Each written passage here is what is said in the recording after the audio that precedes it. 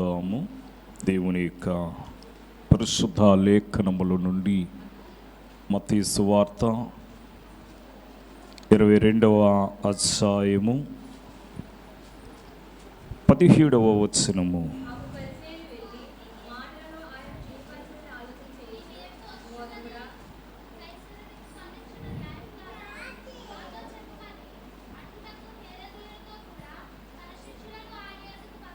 ప్రార్థన చేసుకుందాం.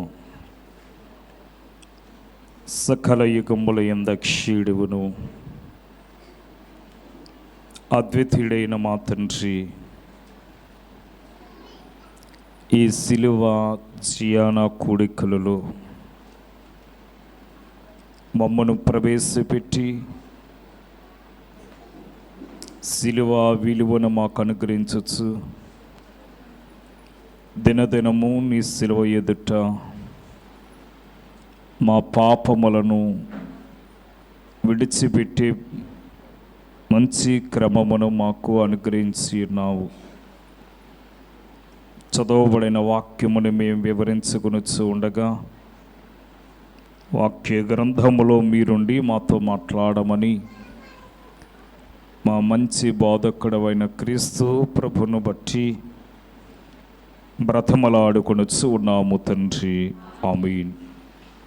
దేవుని యొక్క మహాకృపను బట్టి ఏర్పాటు చేయబడిన ఈ మండల కాలములో సిలువ జియానా దీక్ష కార్యములలో ఏకీవించినటువంటి మనకెల్లరకును మన ప్రభువును రక్షకుడైన యేసు క్రీస్తు యొక్క సిలువ విలువ మనకెల్లరకును లభించును గాక.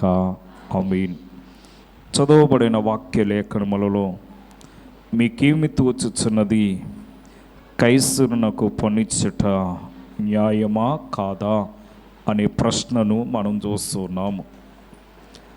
అక్కడ మనము వారు అడుగుతున్నారు, దానికి సరైన సమాధానమును చెప్పడానికి మరి ప్రభు అయిన యేసు అక్కడ నిలబడినట్లుగా మనం చూస్తున్నాము. ఎందుకంటే మరి ప్రభుత్వ దృష్టిలో హేరోదీయులు పరిచయులు వేరు మాట. హేరోదీయులేమో పరిపాలకులు, అంటే పరిపాలించడానికి వారు నియమింపబడిన వారు హేరోదీయులు అవుతే, ఈ పరిచయులు ఎవరంటే వ్యతిరేక పక్షపాతపు వారు, వ్యతిరేకులమట. అంటే వారు అవునంటే వీళ్ళు కాదు అనేవారు మాట. మరి యొక్క భిన్నాభిప్రాయములు కలిగినటువంటి ఈ రెండు గుంపుల వారు మరి వారికి వచ్చినటువంటి ఒక చిక్కు ప్రశ్న ఏంటంటే పన్ను చెల్లించే విషయాల్లో. ఈ పన్ను చెల్లింపు విషయములలో ప్రభువును చిక్కులో పెట్టడానికి, మరి ప్రభువుని చిక్కుల్లో మరి పెట్టవలనని చూచారు. కానీ మరి యేసు వారు మరి దాన్ని గ్రహించి వారిని మరి తబ్బిబ్బులు చేసినట్లుగా మనం చూస్తూ ఉన్నాము. అందుకని ఆ 15వ వచనాన్ని మనం చూస్తే అక్కడ ఒక మాట ఉంటుంది. మాటలతో ఆయనను చిక్కుపరచవలనని, మాటలతో ఆయనను చిక్కుపరచుట. మరి నా యొక్క నేటి వాక్య సారాంశము పన్ను కట్టుట. ఈ పన్ను కట్టుట అనే విషయంలో ఒక 5 ప్రాముఖ్యమైన విషయాల్ని మనం చూస్తూ ఉంటాము. అందులో మొదటిది మాటలలో ఆయనను చిక్కుపరచుట. మాటలలో ఆయనను చిక్కుపరచుట. రెండవది, బోధకుడా నీవు సత్యవంతుడవు అనే మాటను మనము చూస్తూ ఉంటాము. మూడవది, యేసు పన్ను చెల్లించిన ఆజ్ఞాపించుట అనే మాటను మనం చూస్తూ ఉంటాము. నాలుగవది, యేసు వారిని వేషధారులారా అంటూ ఉన్నాడు. ఐదవది మనం చూసి యేసు వారు చెడుతనమును ఎరిగినవాడై ఉన్నాడు. ఈ 5 విషయాలు నేటి దినాన మనము క్లుప్తంగా వివరించుకుందాం. అయితే మొదటి విషయం ఏమిటంటే మాటలలో ఆయనను చిక్కుపరచుట. చాలామంది మాటల ద్వారా తబ్బిబ్బులు చేయించు ఉంటారు. అయితే యేసు ఇక్కడ మనం చూసినట్లయితే పన్ను చెల్లింపు విషయంలో ప్రభువును మరి చిక్కుల్లో ఉంచాలని తలంచారు. కానీ వారు ఎరగని జవాబు మరి ప్రభు దగ్గర ఉందని వారు గ్రహించలేకపోయారు. ఏమిటా యొక్క మరి విషయం అనే మాటను మనం చూసి మత్తయి సువార్త 12వ అధ్యాయము 14వ వచనానికి మనం వస్తే,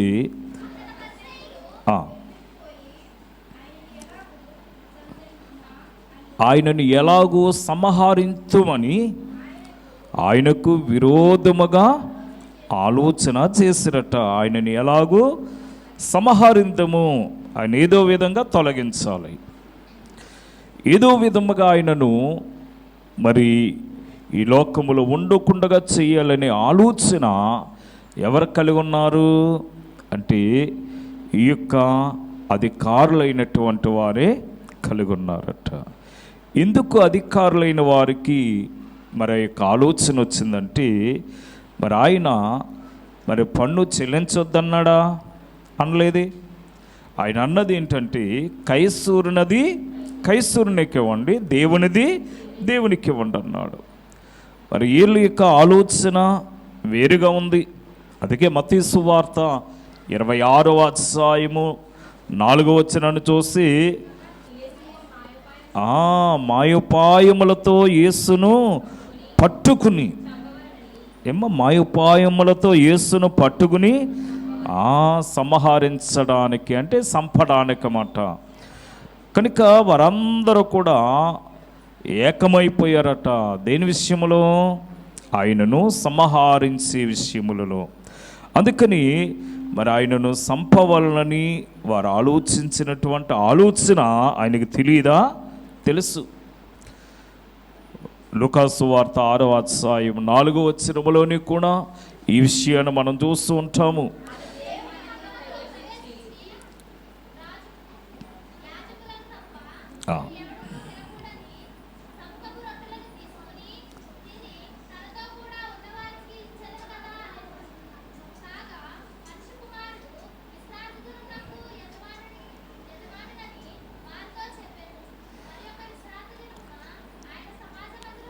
అలాగనే 19వ అధ్యాయము 47వ వచనానికి రండి.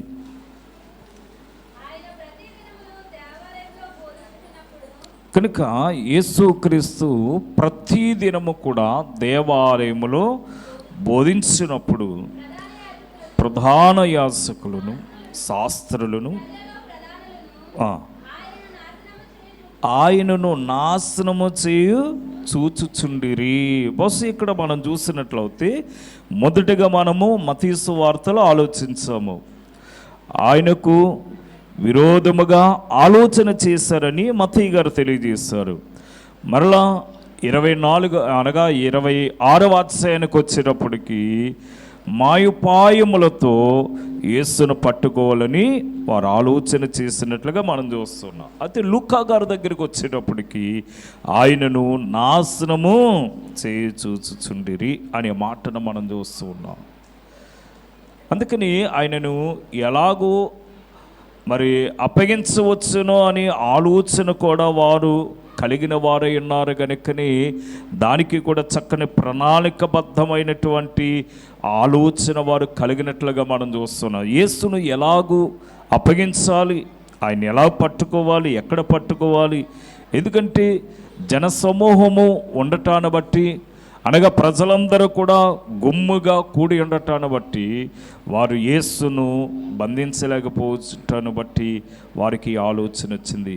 అందుకే అనగా యూదులట యేసును హింసించారట. అన్నాడు యూదులైన వారు యేసు ప్రభువును హింసించడమే కాదు, కానీ నేటి దినాన మనము కూడా యేసు ప్రభువుని అనేక విధాలుగా ఆయనను కూడా మనము హింసించేవారమై ఉన్నాము. యోహాను సువార్త 5వ అధ్యాయములో మనం చూసి 16వ వచనములో అంటాడు,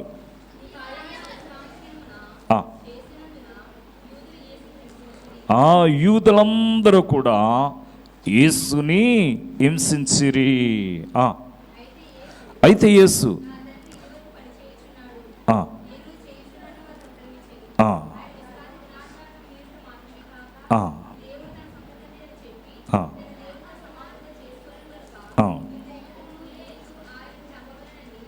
కనుక యూదులైన వారు ఆయనను చంపవలనని మరి ఎక్కువగా ప్రయత్నం చేస్తున్నారట.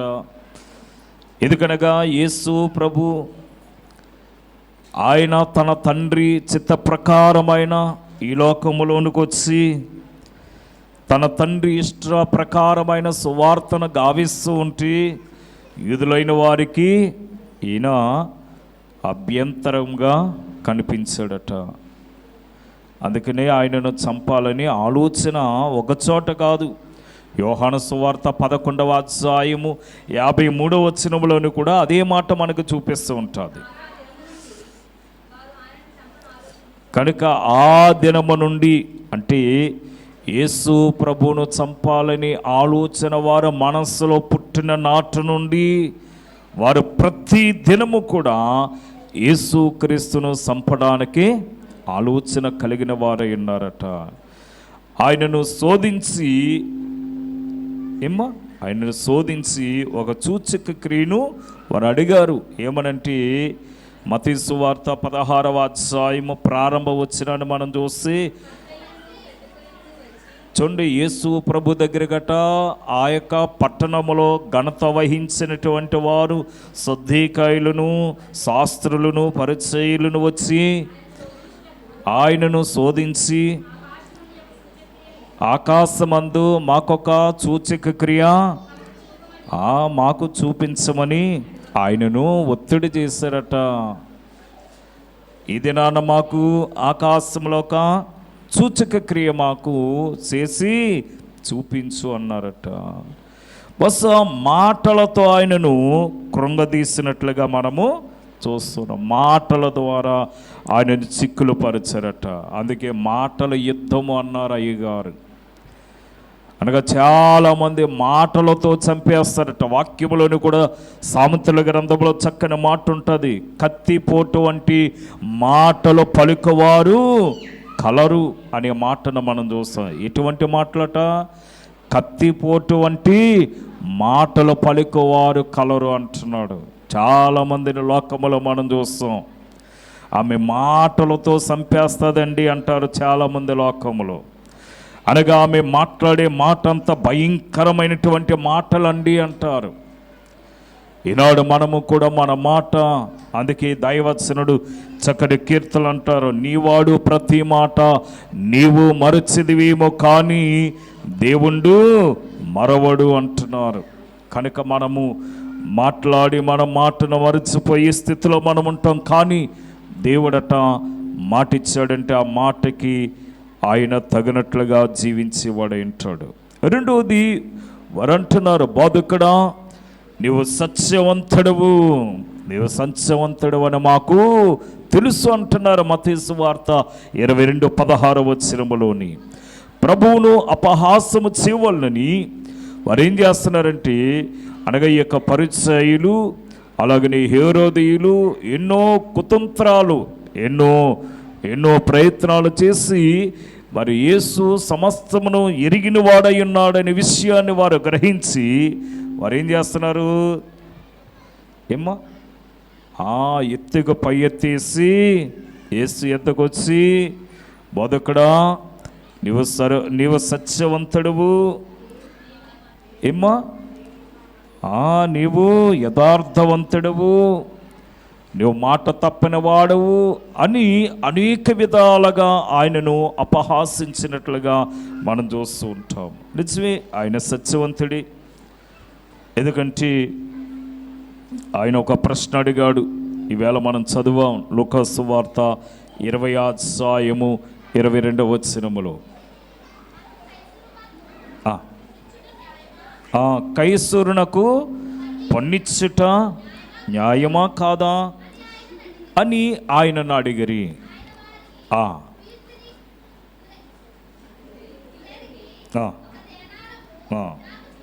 ఆ, ఆ, ఆ. కనుక యేసు ప్రభు అంటున్నాడు, ఇదిగో మీరు ఒక ధ్యానారాన్ని తీసుకురండి, దాని మీద ఎవరి పేరుందో దాన్ని చదవండి అన్నాడు. అప్పుడు అది ఎవరి పేరుంటే అది వారిది. అందుకని ఆయన ఏమంటున్నాడు, కైసూరునది కైసూరునికి ఇవ్వండి, దేవునిది దేవునికి ఇవ్వండి అంటున్నాడు. అయినా సరే వారు ఆయన మీద ఏదో నేరం మోపవలనని వారు నేరములను వెతికేవారైపోయారట. యోహాను గారు అంటారు, యోహాను సువార్త 8వ అధ్యాయము 6వ వచనాన్ని మనం చూసి, ఆయన మీద నేరములను మోపవలనని ఆయనను శోధించచ్చు ఇలాగున అడిగారట. ఆయన ఏదో విధంగా చిక్కులు పెట్టాలి, ఏదో విధముగా ఆయన మీద నేరాలు మోపాలి. ఏమండి చూడండి, చాలామందిని ప్రశ్నలు అడుగుతూ ఉంటారు. ఎవరైనా ఒక 4-5 నేరం చేస్తారనుకోండి, ఆ 4 ఒక చోట పెట్టి అడుగుతారా? అడగరు. ఎందుకంటే 4 ఒకే చోట ఉంటే వారందరూ కూడా ఒకే మాట మీద ఉంటారు. అందుకని వాళ్ళు ఏం చేస్తారంటే ఒక్కొక్కరిని ఒక్కొక్క గదిలోనికి తీసుకెళ్ళి వాళ్ళని అడుగుతారు, ఏం జరిగింది ఏంటని. ఈడు ఒకలాగా చెప్తాడు, మరి ఒకలాగా చెప్తాడు, మరి ఒకలాగా చెప్తాడు. కానీ యేసును కూడా ఇలాగని వారు అనగా ఒకళ్ళ తర్వాత ఒకళ్ళు యేసుని అనగా మరి నేరముల మోపవలనని ఆయనలో ఏదొక నేరం పట్టుకోవటానికి వారు వెతకటం ప్రారంభించారట. దేని విషయంలో యేసును శోధించారంటే ఈ పన్ను చెల్లింపు విషయములలో యేసు ప్రభువును శోధించారట. ఈనాడు ప్రపంచమంతటిని కూడా శోధిస్తున్నటువంటి బలమైనటువంటి శోధన ఏమిటంటే ధనము అని ఈ శోధన. అందుకని అనగా ఈ యొక్క ఒక భక్తుడు అంటాడు, ధనము సంపాదించేవాడు ఈ ధరణిలోనే ఉండిపోవును అంటున్నాడు.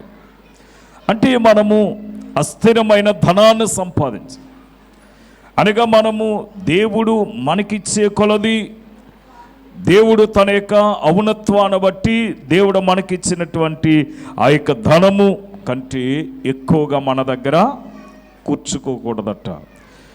అందుకని మరి అలాగో కూర్చుకున్నటువంటి వాడిని సువార్త పాఠంలో చూపిస్తాడు. ఏం చేస్తున్నారట, దొంగలు వచ్చి కన్నమ వేసి దొంగలిస్తారట, చెమ్మట్టలు కొట్టేస్తాయట, తుప్పు పట్టేస్తుందట.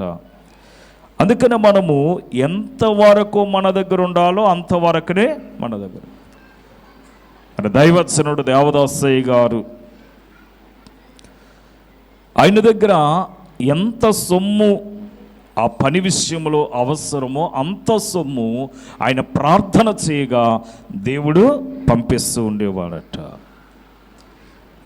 బస్ అక్కడ ఉన్న వారందరూ కూడా ఆయన దగ్గర శిష్యత్వం చేసిన వారు, ఆయన దగ్గర ఉన్నటువంటి అనగా పాదురులైన వారు ఆశ్చర్యపోయేవారట. ఎందుకంటే ఆ పెట్టు కడిగి ఎండలో ఆరబెట్టి తీసుకొచ్చి అయ్యగారి దగ్గర ఆ యొక్క మరి గదిలో పెట్టినటువంటి ఆ వ్యక్తులు ఆ యొక్క పెట్టును శుభ్రం చేసి అట్టుకొచ్చి లోపల పెడితే అనేవారట, అబ్బాయి అందులో మరి ఈవేళ పత్రిక కావలసినటువంటి సొమ్ము ఉంది, అది అట్టుకెళ్ళి పత్రిక వేయించండి అనేవారట. కనుక వాళ్ళు అనేవారట, అయ్యగారు నేనే పెట్టి కడిగాను, ఇంతవరకు ఎవరు కూడా రాలేదు, ఎవరు కూడా కానుక వేయలేదు. లేదబ్బాయి వెళ్ళి చూడనివారట. ఆ పెట్టి తీసేటప్పటికి ఎంత సొమ్ము అవుతే అవసరం అంత సొమ్ము ఆ పెట్టిలో ఉంటూ ఉండేదట. అందుకని అయ్యగారు చక్కని కీర్తన రాశారు, కోరవు నీకు కావలసినవి ఊరకనిస్తానంటున్నారు. ఈవేళ మనము దేవుని పని విషయంలో మనము ప్రయాస పడితే ఆ ప్రయాసకు తగినటువంటి ప్రతిఫలాన్ని ప్రభువు మనకి అనుగ్రహించేవాడై ఉంటాడు. అందుకని యేసు పన్ను చెల్లించనాజ్ఞాపించాడు. అక్కడున్న వారికి అందరికీ కూడా అయ్యా పన్ను కట్టొద్దనే మాట అనలేదు, ఎవరికి కట్టవలసింది వారికి కట్టాలి. ఇప్పుడు చూడండి, మనకి కరెంటు బిల్లు ఉంది, కరెంటు బిల్లు మనం కట్టలేదు అనుకోండి, ప్రభుత్వం ఏం చేస్తుంది, పవర్ కట్ చేస్తుంది. ఒకవేళ మరి పవర్ కట్ అయింది అనుకోండి, మనం ఎక్కడ ఉండాలి, ఇప్పుడు చీకట్లో గంతులు వేయాలి. అందుకని కరెంటు కట్టవలసిన ఆ సొమ్ము కరెంటు కట్టాలి. అదే మాట యేసు ప్రభు అంటాడు మత్తయి సువార్త 22వ అధ్యాయం 21వ వచనములో. చూడండి, కైసూరునికును దేవునిది దేవునికిని చెల్లించుడని వారితో చెప్పాడు. ఎవరికి చెల్లించవలసింది వారికి చెల్లించడని ఆయన వారికి ఆజ్ఞాపించాడట. పన్ను చెల్లించమని ఆయన తెలియజేశాడు. ఏమ్మా, అంతేగాని పన్ను చెల్లించని అవసరం లేదనే మాట ఆయన అనలేదు. ఈ లూకా సువార్త 20వ అధ్యాయం 22లోని కూడా అదే మాట చెప్పుకొస్తాడు. మనము కైసరునకు పన్నిచ్చుట న్యాయమా కాదని ఆయన అడిగిరి. కనుక ఆయన చెప్పిన మాట అంటే పన్ను చెల్లించమంటున్నాడు కానీ కట్టొద్దన్నమాట. ఆయన వీళ్ళేమంటున్నారు, ఈయన పన్ను చెల్లించని అవసరం లేదన్నట్టుగా చెప్పుకొచ్చాడు. సేవకుడు సేవా పని చేసేటప్పుడు కూడా ఎవరిది వారికి చెల్లించాలట. అపుస్తుడైనటువంటి పౌలు గారు కూడా రోమీలకు రాసిన పత్రికలో 13వ అధ్యాయం 6వ వచనములో అనుకుంటా మాట అంటాడు.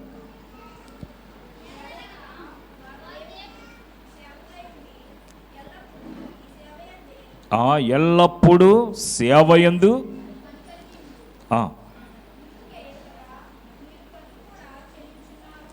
ఇందుకే కదా మీరు పన్ను చెల్లించుతున్నారు అంటున్నాడు. మనము సేవకుడు సేవా పని చేయట,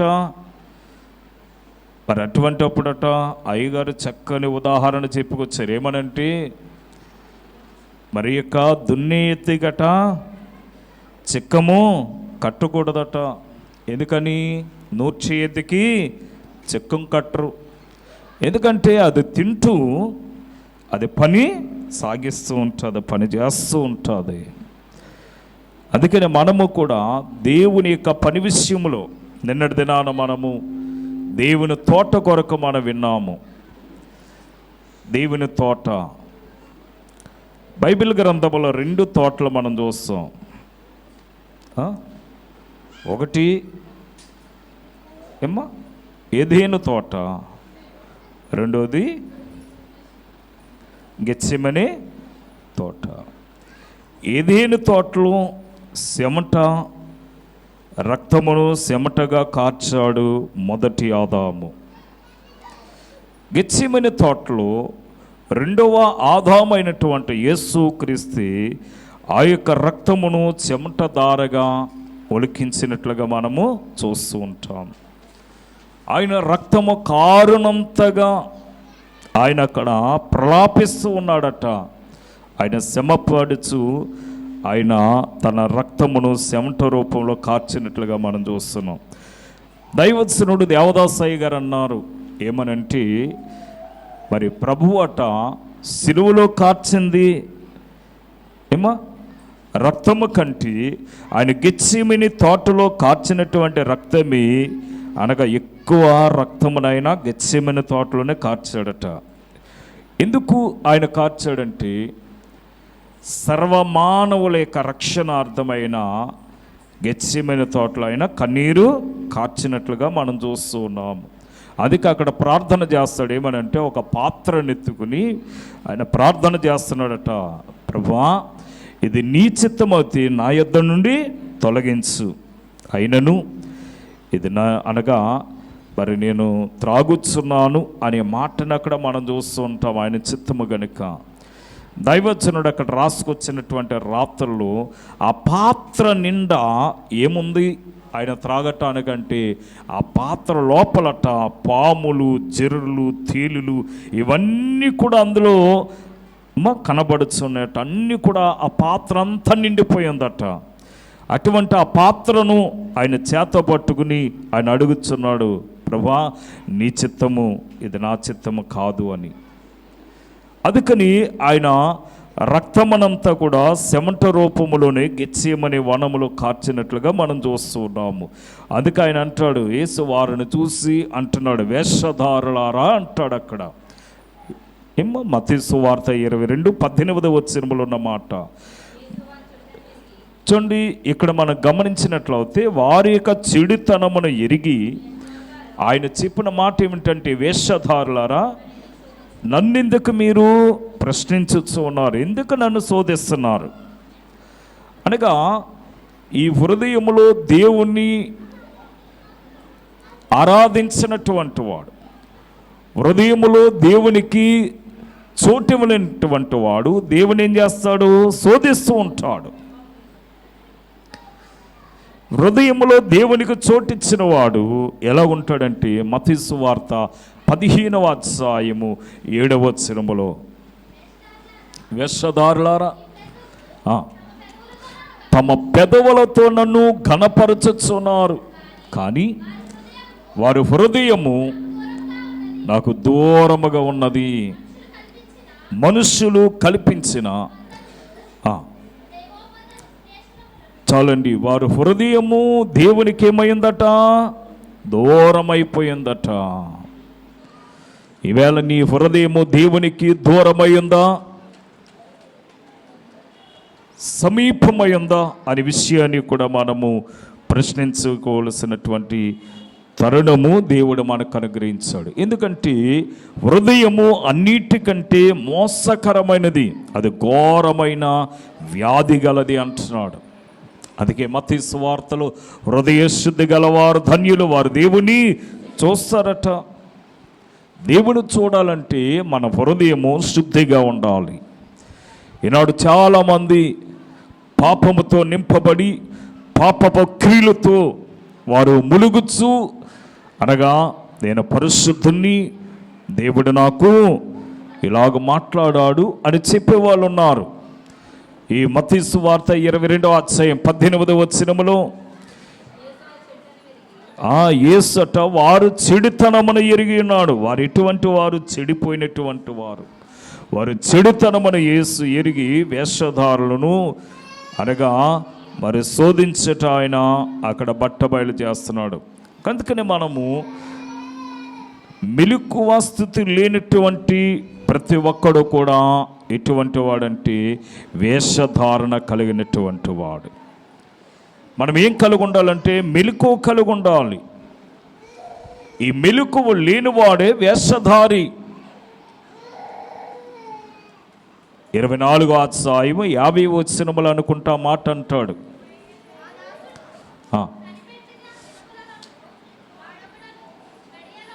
వాడు అనుకొనని ఘడియలో వాని యజమానుడు వచ్చి,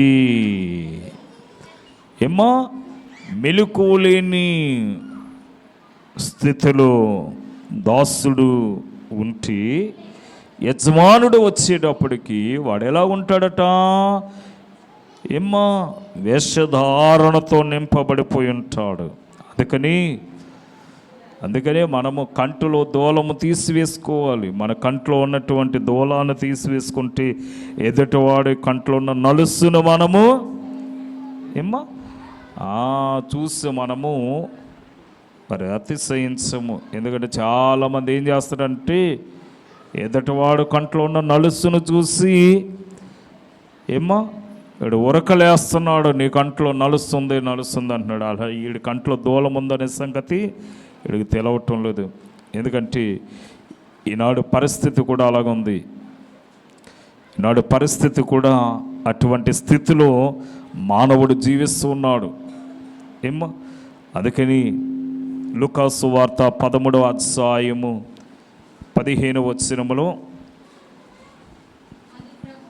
అందుకు ప్రభు అక్కడ అంటున్నాడు కదా, వేషధారులారా మీలో ప్రతివాడును విశ్రాంతి దినమున అమ్మా ఎద్దునైనను గాడిదనైనను తోలుకుని పోయి నీళ్ళు పెట్టును కదా. ఎవరు పెడతారు? వేషధారి. ఏమ్మా ఎప్పుడు పెట్టుకుంటాడట? విశ్రాంతి దినాన. మరి మనం ఎప్పుడు పెట్టుకుంటాం పనులు?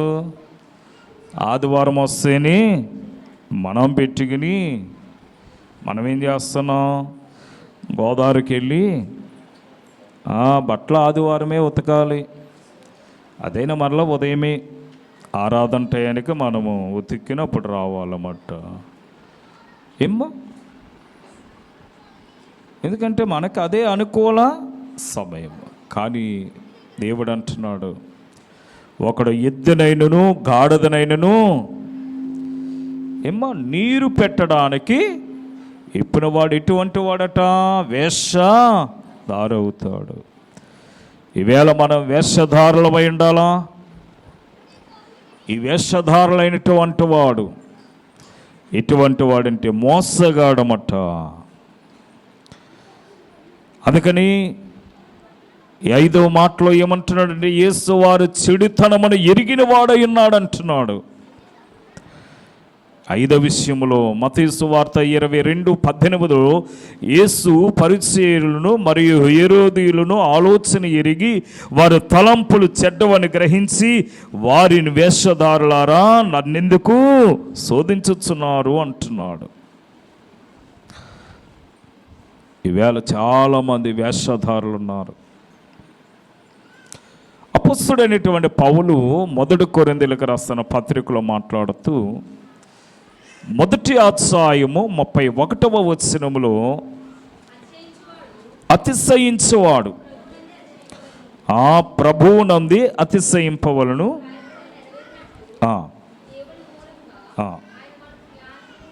ఆయన మనకి జ్ఞానమును నీతియు ఏముందంటే ఇక్కడ క్రీస్తు జ్ఞానమయుండిను అనే మాటను మనం చూస్తున్నాం. క్రీస్తే జ్ఞానము గలవాడు, జ్ఞాని. అందుకని అటువంటి జ్ఞానము గలవాడు యొద్దకు మనం రావాలి, అంతే తప్ప చెడుతనం గలవాడు యొద్దకు మనము పోకూడదు. చెడు ఆలోచన కలిగిన వాడి దగ్గరకు మనం వెళ్ళామనుకో, ఆడు మనలో ఉన్నటువంటి మంచిని చెరిపివేస్తాడు. అందుకే కీర్తనకారుడు అంటాడు 1వ అధ్యాయంలో, దుష్టుల ఆలోచన చెప్ప నడవక, పాపుల మార్గములో నిలవక, అపహాస్యకులు కూర్చుండే చోట కూర్చోవద్దు అంటున్నాడు. మీరు వెళ్ళి చూడండి, ప్రార్థనకు రాలేని వాడి దగ్గర కూర్చోండి. ప్రార్థనకు రాలేనటువంటి ఆమెతో 6 గంటలకు వెళ్ళి మీరు మాట్లాడండి, ఏం పర్వాలేదులే, 7 ఏం పర్వాలేదు, పాటలు పాడతారు కదా, తర్వాత 8 గంటలే అంటుంది. ఆ ప్రార్థన యొక్క విలువ తెలియదు గనుక, ఆ ప్రార్థన యొక్క శక్తి ఆమెకు తెలియదు గనుక. అది క్రీస్తును ధరించుకున్న వాడి దగ్గర మీరున్నారనుకోండి, ఆ టైం అయ్యేటప్పటికి అంటుంది, నాకు ప్రార్థనకి సమయం అవుతుంది, నేను వెళ్ళిపోవాలంటుంది. అదే మాట ఇక్కడ మనం చూస్తున్నాం. అదే మాట అపొస్తలుడైనటువంటి పౌలు గారు కూడా ఈ విషయాన్ని మనకు బయలుపరుస్తూ, వైద్యుడైన లూకా గారు అపొస్తలుల కార్యములలో 1వ అధ్యాయము 24వ వచనములో వైద్యుడైన లూకా అంటాడు, అందరి హృదయములు ఎరిగి ఉన్న ప్రభువా అంటున్నాడు. అంటే ఆయన అందరి హృదయాలని కూడా ఆయన ఎరిగినటువంటి వాడు. అందరి హృదయములను ఎరిగినటువంటి ప్రభువా,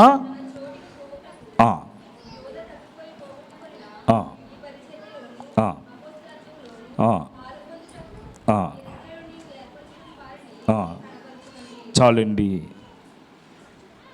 ఇప్పుడు వారు పోగొట్టుకున్నటువంటి ఇస్కరియోతు యోధాకి బదులుగా మరొకరిని ఎన్నిక చేసుకోవటంలో అందరి హృదయములను ఎరిగినటువంటి దేవునికి వారు అప్పగించుకుంటున్నారు.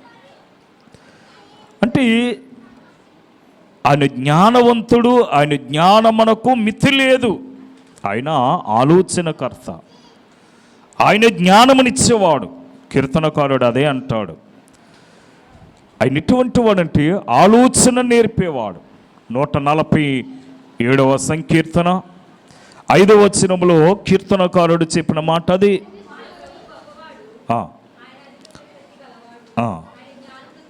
ఆయన జ్ఞానమునకు మితి లేదు అంటున్నాడు ఇక్కడ. ఆయన జ్ఞానమునకు మితి లేదట. అంటే ఆయన ఆలోచనకర్త. ఆయన జన్మించకముందే యెషయా భక్తుడు చెప్పుకొస్తున్నాడు, ఏమని? ఆయన ఆలోచనకర్త, బలవంతుడైన దేవుడు, నిత్యుడుకు తండ్రిని యెషయా ప్రవక్త ప్రవచించినటువంటి ఆ యొక్క జ్ఞానమునకేమి లేదట, మితి లేదట. అందుకే యేసు వారు అందరి ఆలోచన ఎరిగిన వాడై ఉన్నాడు గనుకనే యేసు వారి యొక్క కుయుక్తిని ఎరిగి వారికి ఎలాగో సమాధానం చెప్పాలో అలాగే సమాధానం చెప్పాడు. ఈ లూకా సువార్త 6:8 ఉన్నట్టుగా యేసు ఆయన వారి యొక్క ఆలోచన ఎరిగినటువంటి వాడు. చూడండి, యేసు ప్రభుట అక్కడ ఉన్న వారి యొక్క అందరి యొక్క ఆలోచనలను ఆయన ఎరిగిన వాడై ఉన్నాడు. ఈవేళ నీ భర్త ఆలోచన ఏమైందో నీకు తెలియదు. నీ భర్త మనసులో ఏ ఆలోచన కలిగి ఉన్నాడో అది నీకు తెలియదు. కానీ దేవుడు సమస్తమును ఎరిగినవాడు. అందుకని ఆయన పరిశోధించేవాడు అనే మాటను మనం చూస్తున్నాం. ఏం చేస్తాడట? సాతానేమో శోధిస్తాడట, దేవుడేమో పరిశోధిస్తాడట. పరిశోధనకి శోధనకి చాలా తేడా ఉంది. యేసు ప్రభు ఏమో పరిశోధించేవాడు, సాతానేమో శోధించేవాడు. శోధనకి పరిశోధనకి చాలా తేడా ఉంది. ఇర్మియా భక్తుడు 20:12 ఆయన పరిశోధించేవాడై ఉన్నాడనే మాటను ఆయన వెల్లడి చేస్తున్నాడు.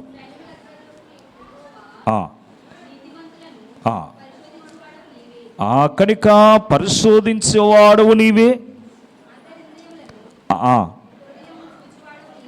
అందరి హృదయములను చూచినవాడు కూడా ఆయనే అనే మాటను మనం చూస్తున్నాం. అందుకని మనం ఏం కలిగి ఉండాలట? దేవుని యందు మనము విశ్వాసము కలిగి ఆయన యందు భయభక్తులు కలిగి జీవించేవారమై ఉండాలి. ఎందుకు ఆయన యందు మనము భయభక్తులు కలిగి ఉండాలంటే ఆయన మనకి మాదిరి ఉంచెళ్ళాడు. ఆయన మనకి మాదిరిని చూపించాడు. ప్రభువైన యేసు అంటున్నాడు, ఇదిగో మీరు నన్ను పోలి నడుచుకున్నాడు. అంటే ఆయన శ్రమను అనుభవించాడు గనక మనము కూడా శ్రమలను అనుభవించవలసిన వారమై ఉన్నాం.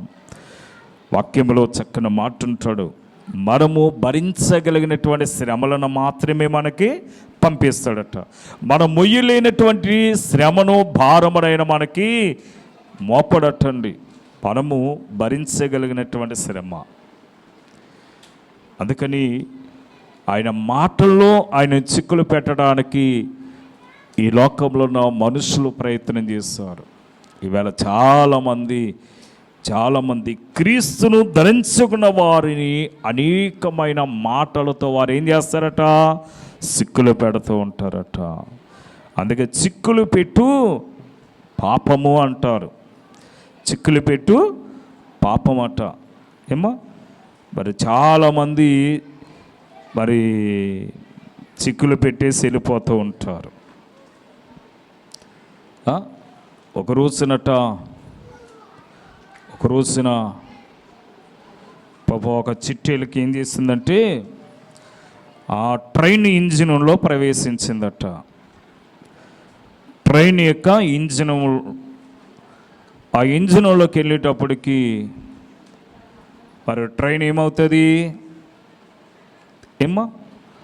ఆయిల్ వచ్చినటువంటి ఆ యొక్క గొట్టంలోనికి వెళ్ళిపోయిందట. ఇది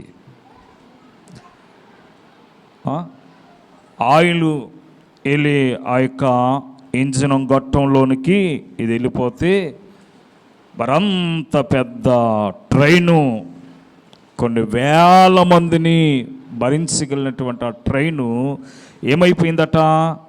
ఆగిపోయిందట. ఇంజిను స్టార్ట్ అవ్వటం లేదు, ఇంజిను సెల్ఫ్ అవ్వటం లేదు, ఏమిటో అర్థం కావటం లేదు.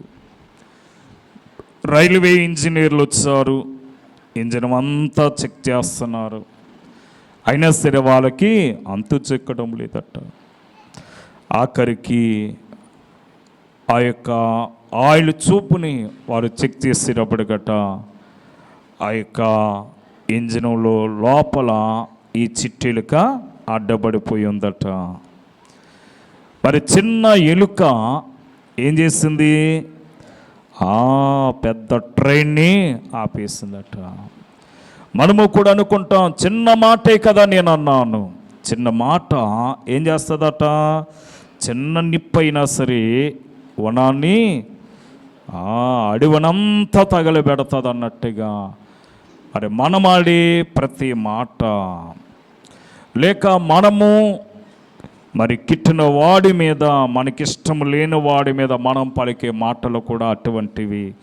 ఈవేళ యేసు క్రీస్తు మీద శాస్త్రులు, పరిచయులు కూడా ఆయన ఏదో విధముగా చిక్కులు పెట్టాలి, ఏదో విధముగా ఆయన మీద నిందలు వేయాలని ఆలోచించారు. కానీ ఆయన జ్ఞానవంతుడు గనక వారిని చిక్కులు పెట్టాడు, వారికి సరైన సమాధానం ఇచ్చాడు. మరి మనమవుతే ఏమ్మా?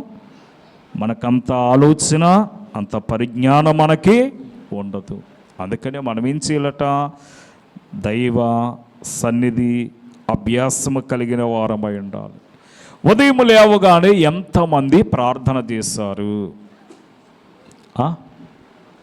ఉదయం లేవగానే ఎంతమంది మోకరించి ప్రార్థన చేశారు? ఏమ్మా? ఎలాగంటే బాగోదేమో. ఉదయం లేవగానే ఎంతమంది చీపురు పట్టుకుని ఇల్లు ఉడ్చారంటే టకేళ్ళని చెప్పుకొస్తాం మనం. ఏమ్మా?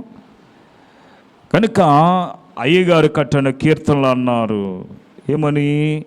అన్ని పనుల కంటే ఉన్నతమైన పని మొట్టమొదటగా దేవునిని ఆరాధించుట, దేవుని స్తుతించుట. అందుకే మంచము దిగగానే మొదట మోకాలుని మన తండ్రిని తలంచుకోవాలట. అన్ని పనుల కంటే మంచి పని ఏమిటంటే దేవుని సన్నిధిలో గడుపుట. ఈవేళ దేవునితో సహవాసం చేయాలి. ఎప్పుడైతే మనం దేవునితో సహవాసం చేస్తామో అప్పుడు దేవుడు మనకి ఏమవుతాడంటే స్నేహితుడవుతాడు. దేవునితో మనతో దేవుడు కలిసి మాట్లాడుకుంటాం. అప్పుడు నీ మాట ఆయన మాట ఒకటై ఉంటుంది. అప్పుడు ఏమ్మా? మనం ఏది అడిగినా ఆయన చేస్తాడు. అలాగన మనము దేవునిని ఆరాధించి దేవునితో సహవాసము చేసి ఈ పాపపు క్రియల నుండి, అంటే చెడుతనము నుండి దూరముగా మనం పారిపోయి దేవుని స్తుతించే గొప్ప ధన్యత ప్రభు మనకు అనుగ్రహించును గాక. ఆమేన్. కృపానిధివైన మా తండ్రి, నీకు వందనములు ప్రభా. ఈ యొక్క మండల కాలములో ప్రభా నీ సిలువని మేము ఆయన దినదినము ఆయన స్తుతించుచు ఆరాధిస్తూ ఉండగా నీ కృపా నీ కరుణ వాత్సల్యత మా మీద ప్రకాశింపచేయమని యేసు నామములో వేడుకొనుచున్నాం తండ్రి. ఆమేన్. మరణాత.